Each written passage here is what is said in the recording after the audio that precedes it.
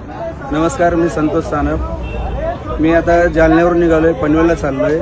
इथून मागे पण माझ्यासोबत अशी 1-2 वेळेस घटना घडली. आजची ताजी घटना आहे बघा, लाईव्ह घटना आहे. हे किळे बघा, हे समृद्धी हवे.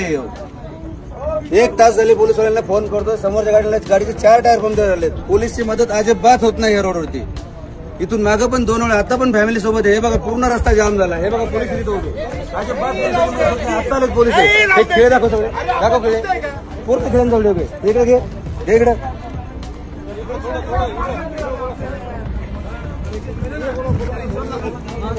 भाऊ, इथून मागून माझ्यासोबत अशा घटना 2 वेळा झाल्या. तेव्हा पण मी पोलिसांना फोन केला, अजिबात पोलिसांची मदत होत नाही. मी आता जालन्यावरून निघाले, मला पनवेलला जायचंय. हा बघा रस्ता, म्हणजे हजारो खेळ ठोके, एवढे खेळ ठोकासवर चाललंय काय? अर्धा रस्ता बंद करून जर चोर खेळ ठोकतात, पोलीस करतात काय? रोडवाले कॉन्ट्रॅक्ट करतो काय? काय सुविधा आहे रोडला? कशाला हा रोड बनलाय? हा समृद्धी एका लोकांचा जीव घ्या रोड बनलाय, तेच समजत नाही.